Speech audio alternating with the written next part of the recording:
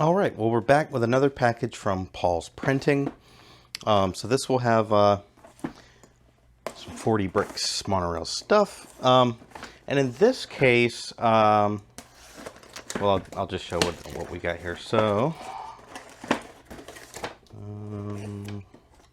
there we go. Okay. So we got some really cool stuff in here. First off, I bought more short pieces, so these are the half straights. Can't get out of there. Got some halves and some of the eighth, I think it is, straight pieces. Just those can be very helpful, I've found, when you're using strange geometries with the custom tracks. This is going to be an updated piece for the extended cars I got last time, so we'll get into that in a bit. But this is what I'm excited about. And, you know, as I was messaging them about getting the replacement pieces for the cars, the bogies, they said that they were experimenting with the large radius curves. So let's get them out of here. So this is something that's never really been made before, as far as I know. I've never seen anything like this. These are half curves, and again, large radius. So let's find two that are the opposite. So yeah, that's a big old curve, man. So I want to see how that lines up with the other full curves. So I got some of these from AliExpress. This is what I've been using in my Aquazone mock to join these together. And they do have that little kind of teardrop at the bottom. But I usually just kind of do that because sometimes they can be a little tough to get on there first try when you're first using them.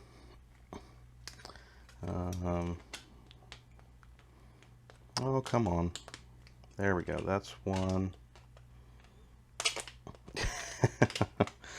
All right, okay, that's fine. And I'll just kind of do the same here, just kind of work at it. You know, I really don't mind this kind of stuff.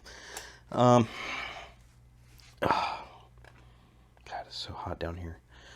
I got sweat dripping in my eyes. Okay, so that's a large radius curve. So let's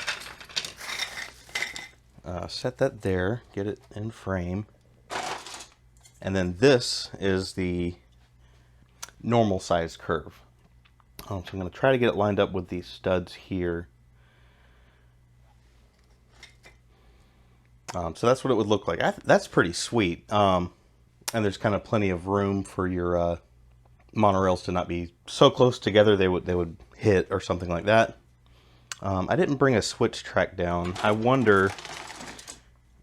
Oh boy, almost dropped something. If well, these are the wrong ones to see. I wonder if an S curve lines up, which means a switch would line up, so you could have a switch go out and then go to the outer track.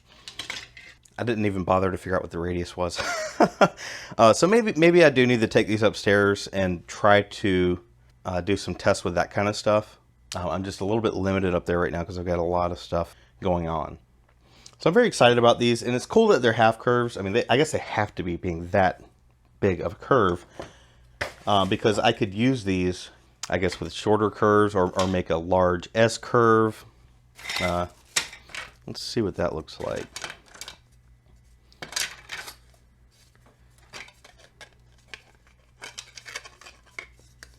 Wait, am I going crazy? All right, these two are the same, so that would be a large S curve. That's really cool.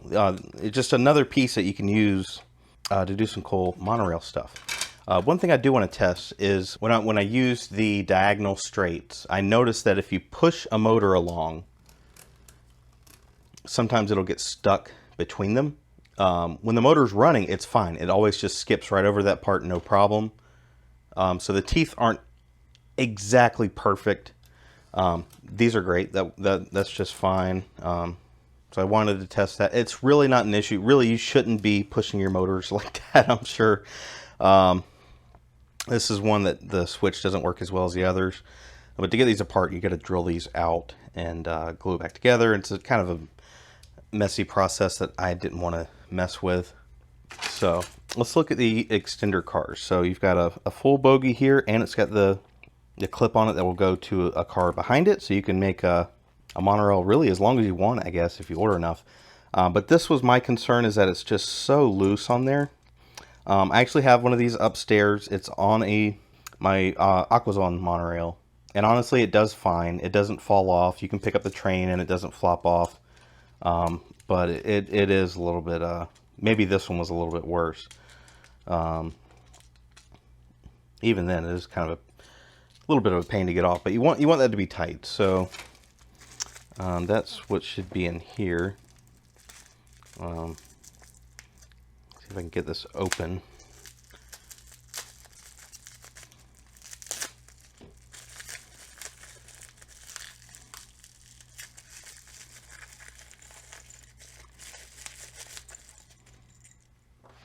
Okay, so they actually sent 3, so that's cool. Okay, now to get these out, I want to be careful. Yeah, it comes out easy enough, so that's that.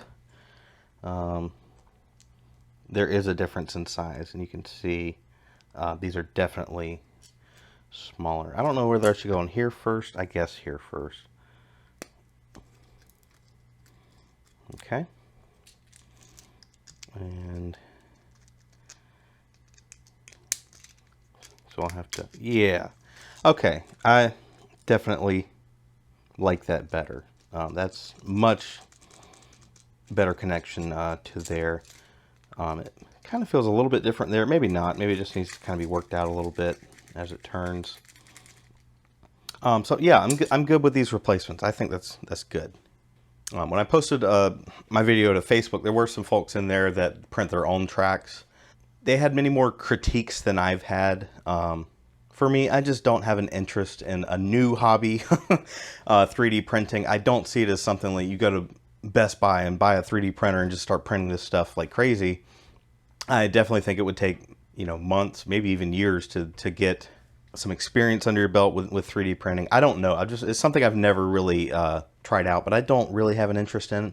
So that's why I just try to give my impressions and try to give you a good look at how they look, and any little imperfection I notice I'll say. But at the same time, I'm not worried about these being perfect.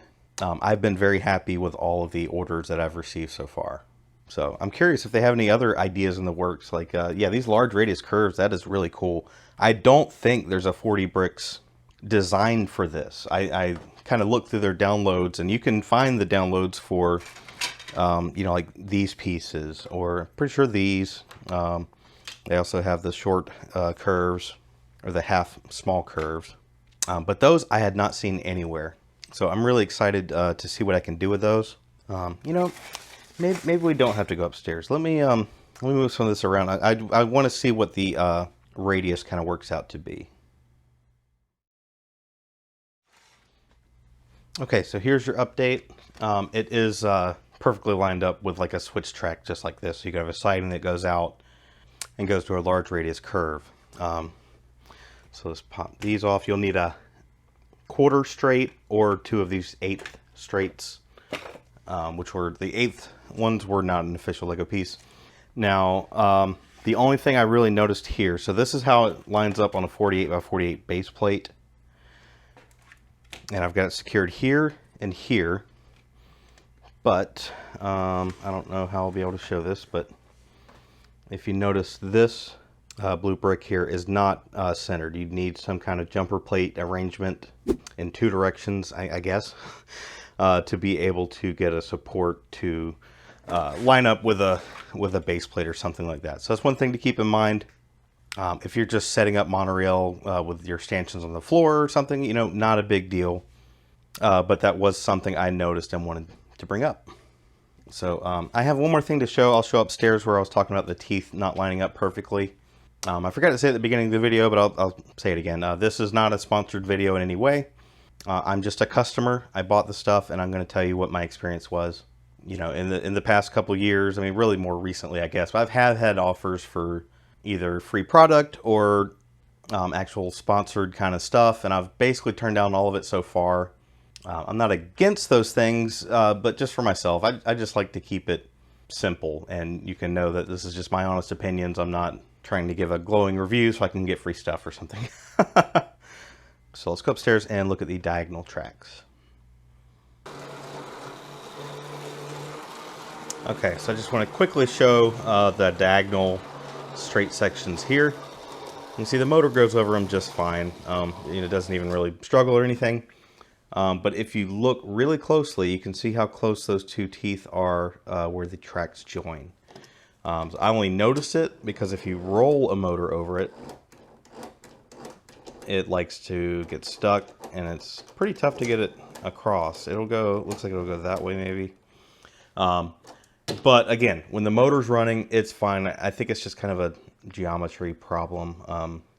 When the motor is being turned by the gear rack, that's when there's an issue. If the motor's the one turning, I guess it just kind of spins a little bit and gets into that little groove, and it's fine. But I just wanted to show that just in case you noticed that or wanted to know that up front. This is the bogie that had the loose clip, so you can kind of see it's a little loose. But you can see on a monorail, even that worked fine. But they did send along the replacement clips at no charge. I'm assuming any of the new bogies that go out will have the new clip. This stuff is printed on demand. If you want more information, you can watch my last 40 Brix video where I went into more detail. This is just kind of a follow-up. So thanks for watching. If you're interested in a monorail, Aquazone monorail diorama, then be sure to check out my other videos. And we'll see you in the next one.